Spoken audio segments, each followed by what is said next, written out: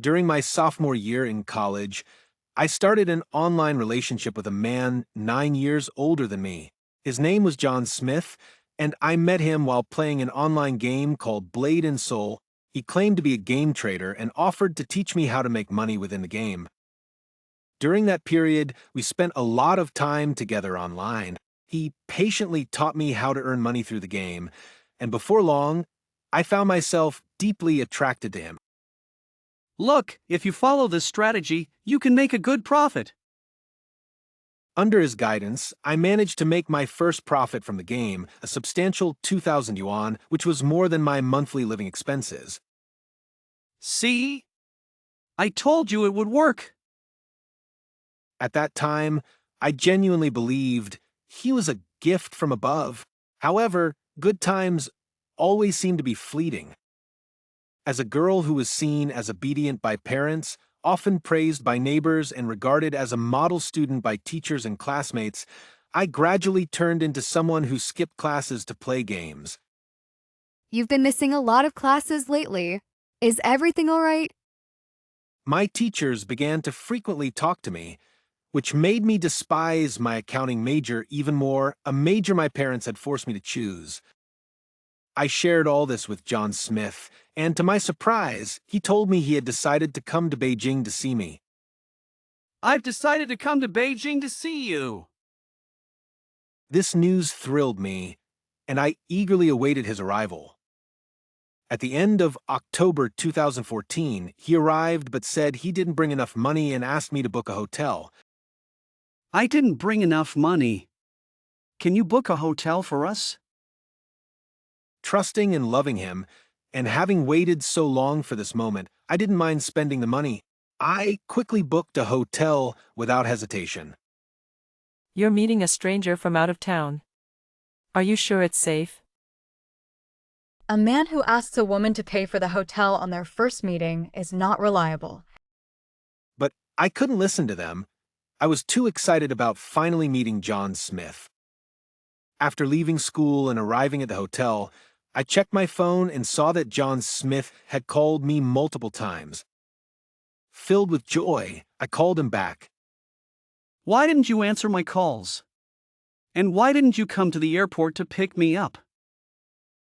Sensing my silence, he quickly explained. I'm sorry. I was just eager to see you as soon as possible. Hearing his explanation, my smile returned, and I felt like my first love was incredibly sweet. After hanging up, I immediately took a taxi. Upon arriving at the airport, I saw that familiar broad figure and rushed towards him without hesitation. Unable to hide my joy, I nestled into his embrace. I'm really tired and hungry. Understanding his needs, I decided to be a considerate girlfriend. I first took him to eat, bought some of his favorite takeout, and finally spent money on a taxi to get us back to the hotel. Once we entered the hotel, I looked at him expectantly, thinking I had chosen a decent place that would earn his praise. What a lousy hotel. Hearing this, I doubted my ears. How could this gentle and courteous man I knew online seem like a completely different person upon meeting? Seeing my puzzled look, John Smith showed a hint of disdain. I've been traveling all day. I'm exhausted. I'm going to take a shower. With that, he went into the bathroom, while I took a deep breath and lay down on the bed, trying hard to be a quiet and understanding girlfriend. After lying down for a while, I started to feel sleepy. In a daze, I heard someone fumbling with the bedding. Don't you love me? Don't you want me to touch you? I felt a strong resistance inside. Before he came, he had reassured me countless times that he wouldn't touch me, and I believed him. Seeing his expression of disappointment and the sadness in his eyes, I struggled internally and eventually gave in. That night, the precious thing I had guarded for 19 years was taken away by his sweet words. In the following 2 days, we stayed at a hotel. After that, we finally found a place to rent, a newly built townhouse with a 10-square-meter room, complete with a kitchen and bathroom. Though basic, it was sufficient for our needs. The kind landlord even helped us set up an internet connection. Look, we have everything we need here. It's cozy, isn't it? With a place to stay and internet access, I began my days of not attending school, staying in the rented room to make money by playing Blade and Soul. This is the start of something great. You'll see, we'll make it through this. The cramped room and simple daily life, though a bit tough, were still somewhat cozy. I thought this would be the beginning of a happy and beautiful future, but I didn't realize it was a major turning point towards a darker phase of my life. Time passes. It had been a while since I stopped going to school. One day, I brought up the topic of wanting to return to classes. John, I think I want to go back to school. What? Why would you want to do that? I couldn't understand why my going to school made him so angry until he spoke again. If you go to school, who will make money playing Blade Soul? What will we use? His words made everything clear. John wasn't very tall, just over 170 centimeters, but he weighed nearly 200 pounds. Just sitting there, he exuded an intimidating presence. I immediately backed down and didn't dare to bring up the topic again. Okay, I won't mention it again. John only had an elementary school education and no savings. Perhaps he thought schooling was useless. During our time living together, although he paid the rent, I covered the food and daily expenses. Once I find a job and start earning money, I'll take care of you. This is just an investment. I believed his sweet words at the time. I had to continue making money through gaming to support him. After multiple failed job interviews, he finally secured a job as a hotel security guard not far from our rented room.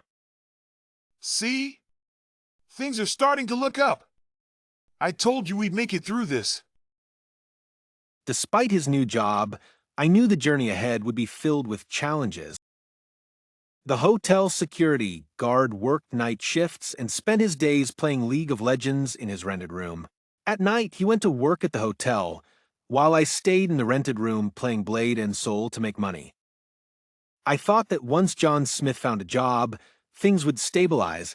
I believed our hard days would gradually improve until one night, when I went to bring him dinner and saw him flirting with the receptionist. The hotel receptionist, Emily Johnson, was beautiful and had a great figure. I had seen her a few times before. Compared to her, I felt inferior, which made me lose confidence and feel insecure. Watching John Smith chatting and laughing with Emily, even reaching out to touch her hand, I stood at the hotel entrance, unsure of what to do. I couldn't move forward or backward, and tears welled up in my eyes. I didn't know when the gentle, considerate man I once knew had turned into a flirt. I also didn't know if I still had a place in his heart. Even when he saw me standing at the door watching him flirt, he remained indifferent and didn't even bother to explain. Why are you so slow? Are you trying to starve me? If I had known, I would have ordered takeout. If it weren't for saving a few bucks, who would eat this pig slop? Only I would eat it. Look at Emily Johnson. She's beautiful, has a great figure, and cooks excellently. Why can't you learn from her? John Smith strode towards me, his eyes full of disdain and dissatisfaction. He snatched the meal box from my hand and walked back inside. I was left standing at the door for a long time until Emily Johnson came out and brought me in. She noticed my mood, handed me a pack of tissues, and then ordered some takeout. I haven't eaten either. I ordered some chicken stew. Let's eat together. As soon as he heard that takeout was ordered, John Smith threw the meal he had taken 2 bites of into the trash and leaned back on the sofa, looking pleased. You should learn from Emily Johnson. Look how perceptive she is. Whoever becomes her boyfriend must be really lucky. John Smith deliberately belittled me, constantly praising Emily Johnson, as if by putting me down he could elevate himself. I lowered my head and remained silent. A month later, my savings from playing games were nearly depleted. John Smith still hadn't received his salary and started targeting my family, urging me to ask my parents for living expenses. You should ask your parents for some money. We're running out of options here. At that time, I felt manipulated, wanting to escape school and my parents' control. He told me he was 9 years older and more experienced in life, and I should listen to him. I'm older and more experienced. You should trust me on this. Surprisingly, I found his words somewhat reasonable and increasingly followed his advice. Under John Smith's pressure, I called my mother. My mother answered, both excited and worried. Hello. It's so good to hear from you. But the moment she heard I was asking for money, her tone changed. Money? Why are you asking for money? She then revealed a secret I had never known for 19 years. I was adopted. We've raised you for 19 years. Even if we're not your biological parents, we've fulfilled our duty. This news hit me like a bolt from the blue. My mind replayed the questions my mother often asked me. If your biological parents came looking for you, and they were wealthy, would you go with them? My answer was always no. I never thought this seemingly casual question was real. As I remained silent, my mother asked me to come home to discuss the adoption. Come home. We need to discuss this. But John Smith, overhearing this, grabbed the phone.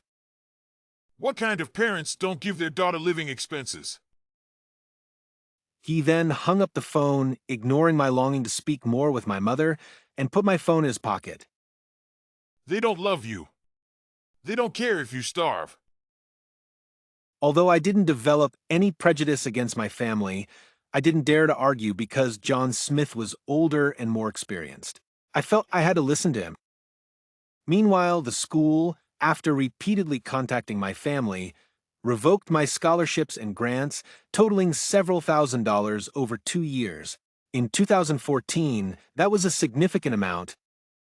Later, John Smith, after being reprimanded by his boss for slacking off, complained to me, I'll never go back there again. They're all a bunch of snobs. after receiving a month's salary. Serious, that was my first time leaving Beijing for another city, and I did it secretly, eloping without telling anyone. I was filled with anticipation, like a bird about to soar into the sky, both naive and expectant. However, I had painted too rosy a picture in my mind, and the journey was far from smooth. On the train, the landlord kept calling because we had left without paying rent. John Smith, seeing me constantly checking my phone, finally lost his patience. Angry, do you really need your phone? From now on, don't turn it on unless necessary. I'll keep it for you. Otherwise, those people will keep bothering you. In his eyes, everyone who was dissatisfied with his work, the landlord wanting to collect the rent, and even my family who wouldn't give us money were all bad people. I didn't dare to argue with him at all. When we arrived at our destination, we stayed in a cheap hotel for 2 days. The stairs creaked loudly, and the wooden bed wobbled and squeaked. Given the price, we couldn't expect much. Since the hotel had no internet, we spent most of our time in an internet cafe. Cheerful, I'll be playing League of Legends. What about you? I continued to make money playing Blade and Soul. A few days later, unable to afford the hotel expenses, John Smith decided to take me to his home. Hopeful, let's go to my place. We'll figure things out from there. After some twists and turns, hearing that John Smith was taking me to his home reignited a spark of hope in my heart. Excited, being willing to take someone home to meet the parents usually means a serious commitment, right? I was thrilled once again, as excited as I was the first time I met John Smith. I thought, this man is reliable after all. At least he is willing to introduce me to his family. The dilapidated house, made of old yellow earth, stood precariously on the hillside. In the yard, a constantly barking papillon was tied up, looking fierce and filthy with its long, unkempt fur. Next to it was a half-bricked, equally run-down toilet. This was John Smith's home, the man I had chosen. I didn't mind and quietly followed him inside. John Smith's parents gave me cold stares, and I dared not say a word. Don't mind them. Just play games in my room to earn money. Look at my computer and the TV at home. I bought them all with the money I made from gaming. Impressive, right? John Smith didn't want me to interact much with his parents. After speaking firmly, he pushed me into his room. Stay here and focus on the games. From then on, my place to earn money by playing Blade and Soul shifted from a rented room to his home. Except for using the bathroom and taking a shower, I hardly left the room. John Smith would bring me cold leftovers to eat. Eat in the room to avoid awkward encounters with my parents. It's for your own good, understand? I nodded and obediently ate the leftovers. Believing he genuinely cared for me, I felt touched for quite some time. The only time I ate with his parents was when we had dumplings, a small bowl with a few dumplings, and he urged me to eat quickly and get back to gaming. Hurry up and eat. You need to get back to the game. I thought it suited me just fine. I didn't want to linger either. I quickly finished eating and returned to the room. This pawn-like existence went on for an unknown period, and before I knew it, it was 2000. Before the Chinese New Year in 2015, my family stopped pressuring me so intensely. John Smith's parents also began urging me to come home for the holiday. Reluctantly, I complied, feeling anxious as I returned home. The new year itself went smoothly, though the atmosphere among the family was both subtle and awkward. After the holiday, John Smith started urging me to visit him again. You need to come back to Lyong. It's where we belong. Following a heated argument with my parents, they compromised somewhat in the face of my firm stance. If John Smith is willing to visit our home, we will help him find a job, and you can use another house we own to live in. However, John Smith refused and continued to insist that I go to him. No! I won't come to your parents' house! You need to come here! Faced with a significant decision, I chose what I believed to be love. I packed my suitcase and boarded a long train ride, embarking once again on a journey that would nearly change my life completely. Upon arriving in Lyong, John Smith had already rented a place but hadn't paid for it, saying he was waiting for me to cover the deposit and 2 months' rent. I need you to pay the deposit and 2 months' rent. I'm counting on you to handle it. The little money I had earned from playing online games was almost entirely spent on rent again. It seemed to become a habit for John Smith to have me cover expenses, as he contributed nothing financially. You should pay for the groceries too. It's only fair. I kept holding on to the dreams he painted for our future, naively believing that things would eventually turn around. The house had 3 floors, with the landlord renting each floor to different tenants. We lived on the first floor. Our days were financially tight, with John Smith spending his time playing video games or drinking with friends, while I stayed in the room playing online games to earn money. To prevent me from leaving, he confiscated all my identification documents and my phone. When he wasn't home, he would lock the door from the outside with a rusty lock, only allowing me out when he returned. Every day, John Smith would go out for lavish meals and barbecues while I stayed in the room with instant noodles, playing games to earn money. Why are you wasting money on cup noodles? That's extravagant. He demanded that I switch to packet noodles and limited me to 1 packet per day, forcing me to split it into 2 meals. Use packet noodles instead. 1 packet per day, split it into 2 meals. To save money, John Smith refused my request to buy essential items like soap, shampoo, and detergent. No, we can't afford those. Figure out another way. Instead, he bought a cheap bowl and an electric kettle, suggesting that I soak the packet noodles in the bowl without removing the plastic so there would be no need to wash the bowl, thus saving money. Just soak the noodles in the bowl without removing the plastic. No need to wash the bowl. As for soap and other necessities, he told me to borrow them from the neighbors upstairs. Borrow soap and other things from the neighbors. We can't spend money on that. Looking back, the neighbors were quite generous. Days blurred together as I tried to keep my parents from worrying. I found my phone hidden in the closet and used it to secretly assure them that I was safe. I hoped things might gradually improve until John Smith's friend found him a job at a factory. This job is exhausting and unbearable. His work ethic was inconsistent. He would call in sick 4 days a week, then come home and start playing League of Legends. Damn it, lost 10 games in a row. Even if I can't win, I'm not switching servers. I'll just stay here and ruin it for everyone else. That was my precious laptop, and watching him destroy it broke my heart. I couldn't hold back any longer and snapped.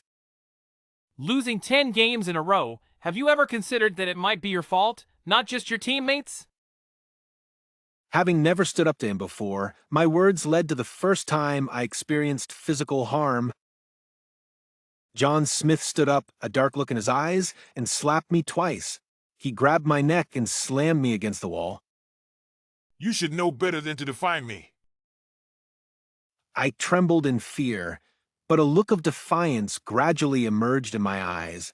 He banged my head against the wall a few more times before lighting a cigarette and returning to his game. Lately, it's been hard to make money with Blade and Soul. You should start running 2 accounts. I sat there, tears streaming down my face, but I didn't dare make a sound. Terrified that he might hit me again, I hesitated for a moment. My computer can't handle it anymore. Maybe I should look for a job. I genuinely wanted to find a job because it felt more secure and safer than staying in the rented room playing games. Looking at the piles of trash in the corners of the room, I really didn't want to stay cooped up inside any longer. No, we need the money from the game. Forget about a job. He then slapped a few bills on the table. We're out of water. Go buy a jug. The game trading platform account was linked to his bank card, so I didn't have a penny to my name. Taking the money, I went to the small shop at the corner. The large jug of water was heavy and difficult to carry. I had to drag it along the ground. Do you need some help with that? No, thank you. I'll manage. When I finally got home, that night, he went out for some grilled skewers and called me at 2 in the morning. He was quite inebriated and asked me to pick him up. Hey, could you come get me? I had a bit too much to drink. When I found him by the roadside, he was leaning against a motorcycle. Supporting him while he held onto the bike, we finally made it back to the rental apartment, where he collapsed into bed and fell asleep immediately. For several days, the in-game currency in Blade and Soul had plummeted, and my old computer was lagging terribly during dungeons, making loading times excruciatingly slow. I grew impatient and lost interest in the game, so I started browsing through live streams. That's when I stumbled upon a game called Don't Starve. The male streamer was playing a cracked version that allowed multiplayer. I decided to give it a try, and it brought me some much-needed relief during that difficult time. With the new game, I logged into Blade and Soul less frequently and began playing Don't Starve with the streamer and other viewers. Hey, welcome to the game. How's it going? Pretty good, actually. This game is a great distraction for me. As I got to know them better, I confided in them about my situation and even showed them the messy state of my rental apartment. You really should go back home. It's not safe for you there. I know, but I'm scared. What if my family rejects me? And what if John does something drastic? I had already thought about escaping back home, but I was scared. I feared my family would reject me, and I was terrified that John Smith, in a fit of rage, might do something drastic. Then, one day in May 2015, John Smith came home and saw me playing Don't Starve with others. He started yelling at me. What's the point of playing this game? Can it make you money? Can that pretty boy take care of you? He was furious, his voice booming. The boy he referred to as a pretty boy was younger than me, and it seemed that in some ways he felt threatened by the younger guy's advantages. Why are you so upset? You always brag about your past conquests. That's different. You think this boy can solve your problems? Even though he had often bragged to me about the many schoolgirls he had dated, how many innocent girls had cried over him, and how accomplished he felt because of it at that moment, he was still as enraged as a wild beast.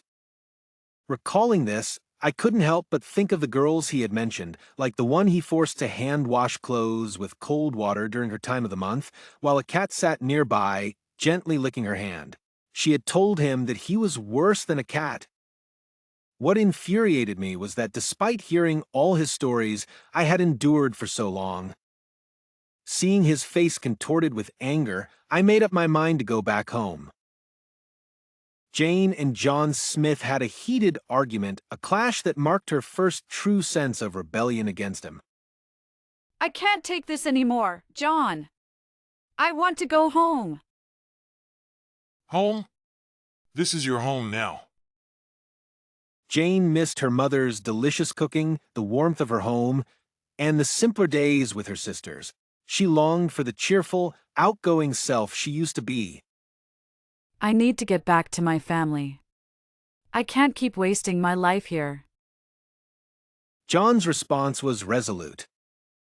I won't allow it. You're staying right here. I'll call the police if I have to. John sneered and handed her the phone, confident in its futility. Go ahead. See what good it'll do you. Reality hit Jane hard.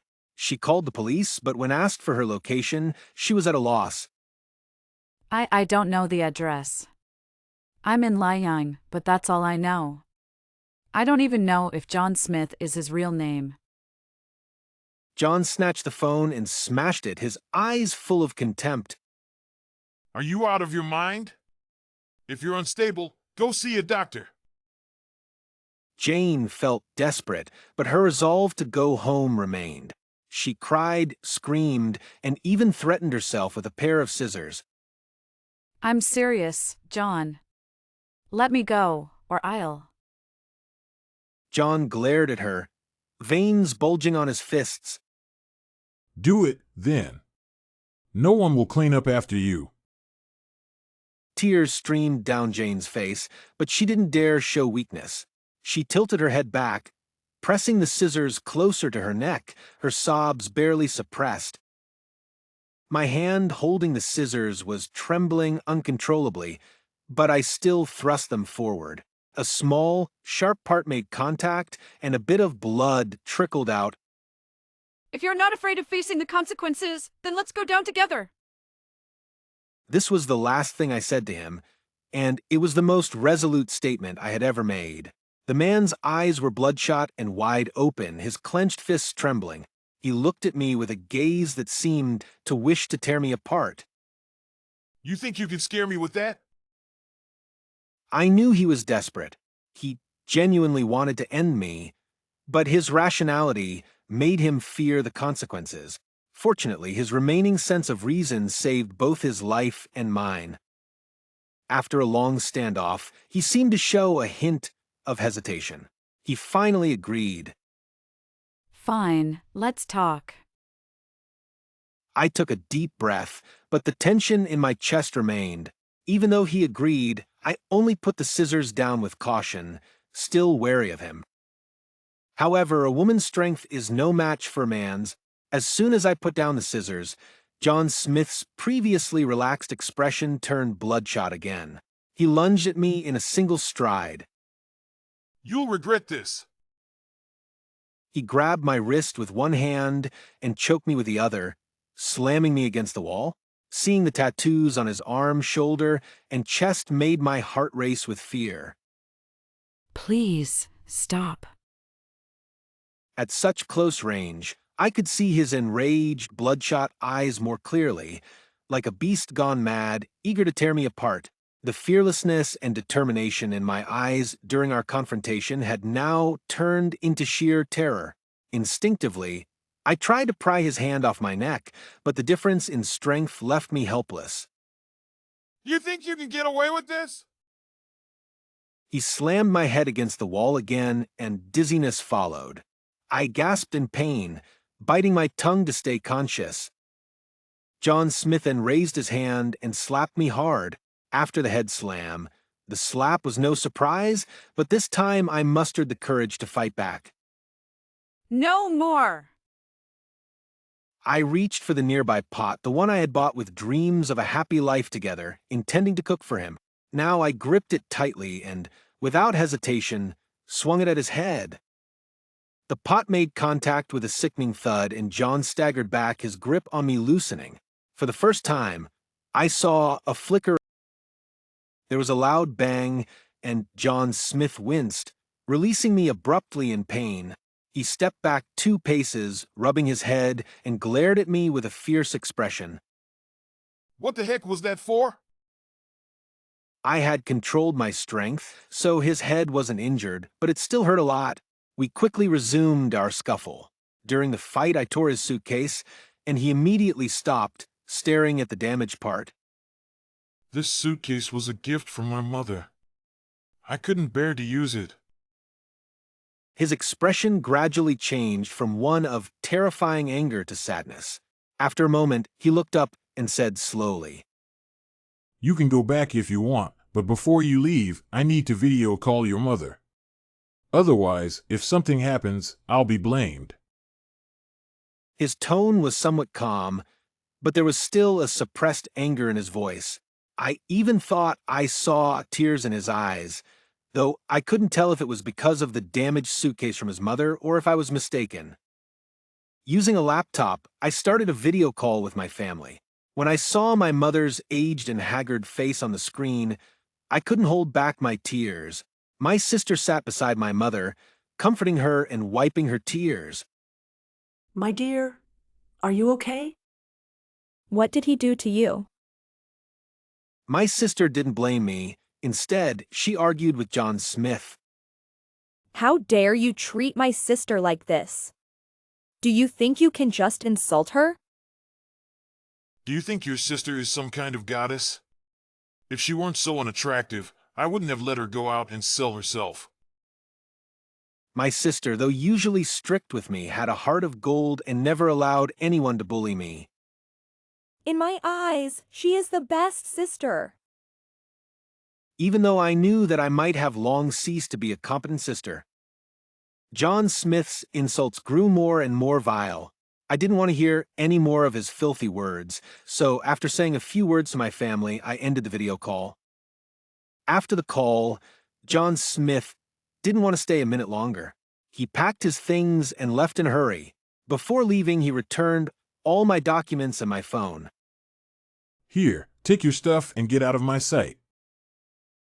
Finally, it was over. In the evening, after a brief chat with my friends who were playing Don't Starve, I asked my sister for help. Emily, can you help me book a train ticket online?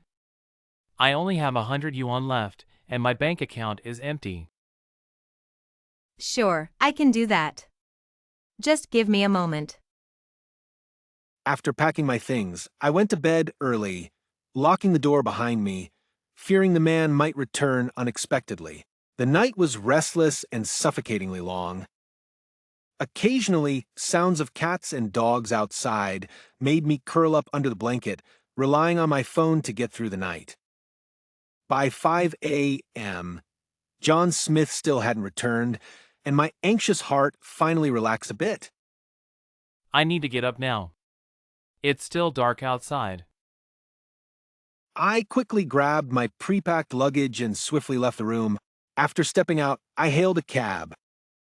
Morning. Which station are you heading to? The central train station, please. You got it. Despite having set up navigation the night before, I still ended up at the wrong station entrance. Which train do you need to catch? Let me take you to the correct entrance. Luckily, I had secretly saved 100 yuan earlier, otherwise I wouldn't have been able to pay the cab fare. Once inside the station, I realized my phone was dead. I borrowed a woman's phone to call my mother.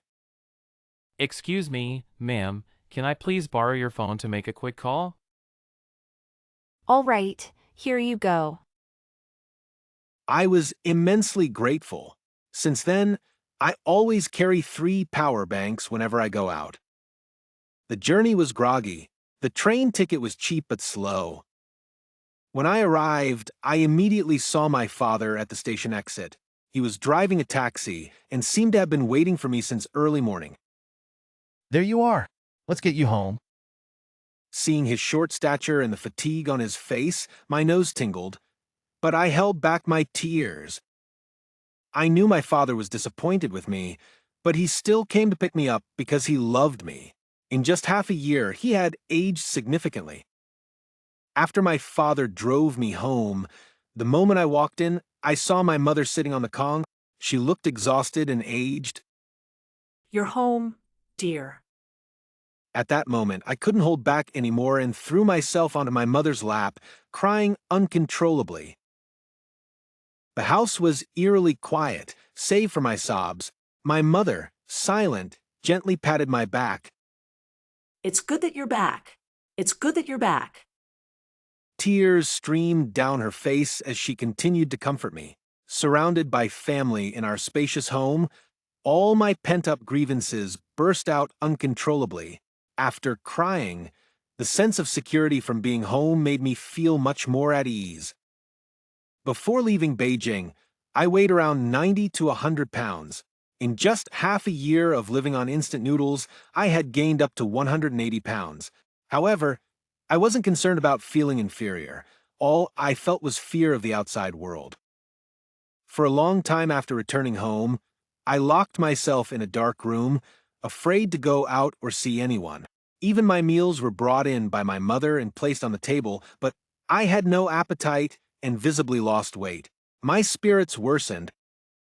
To help me recover, my parents contacted my cousin, who had previously suffered from the same emotional turmoil and gradually improved with the help of doctors and medication. However, the same treatment didn't seem to work well for me. During this period, John Smith suddenly sent me a message on QQ using the nearby people feature. Enjoying your time back home? Terrified, I took my phone and went to my mother's room. My mother had been bedridden with worry during the 6 months I was away and had even undergone surgery. My father and sister took turns taking care of her. It wasn't until we had a video call where I said I was coming home that she could get up. Although she had somewhat recovered, she still looked very haggard. My mother saw the message and couldn't help but finally scold. We invited him here, found him a job, gave you both a house, and even divided the land for you. He didn't dare come then, and now he dares to come? Do you think he has the guts? Even if he comes, we can just chase him out with a broom, and we can call the police. If he causes trouble, as an outsider coming to our home, you don't think we can handle him? You weren't afraid to go so far away, and now you're afraid of him on your own turf? Listening to my mother's words, I still felt a bit uneasy, knowing she was disappointed in me for being so timid. It wasn't until John Smith stopped making any. In the following year, I continuously received treatment for depression. It was a year of semi-isolated therapy. Although there was some improvement, I had become reluctant to go out. During this period, I couldn't resist taking medication and had to undergo stomach pumping, but fortunately I managed to get through it. Years later, when my mother brought up the topic again, she mentioned that before I came back, she had already told my father and my sister not to blame me or say anything that might upset me, fearing I couldn't handle it. Before you came back, I told your father and sister not to blame you or say anything that might upset you. I was so worried you couldn't handle it. I knew my mother harbored some resentment towards me, and my family had always blamed me, but they held it in, considering my feelings.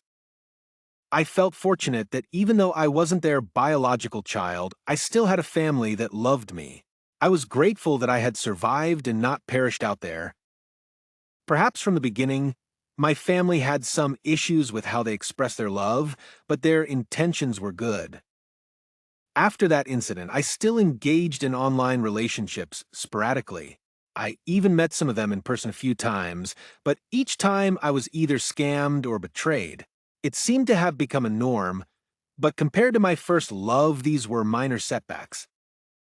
Currently, I am still in an online relationship with a guy 5 years younger than me. However, I no longer have the same enthusiasm I had a few years ago. Instead, he is the one who often feels insecure. Do you really care about me? Sometimes I feel like you're distant. Fortunately, everything is going well for now. As for meeting in person, I don't think I will be the one to initiate it again. But if he is willing to come to me first and has the courage to meet my family, perhaps I might consider being with him. Regarding these matters, my parents seem to have become much more lenient with me. They no longer have such a strong desire to control me and often say, You're grown up now. We don't want to be so strict anymore, and we don't have the energy to manage everything. As long as you're happy, that's all that matters. It seems like a compromise, but in reality, it also carries a lot of helplessness. I know that besides becoming more open-minded, they are also deeply disappointed in me and don't want to get upset over me anymore.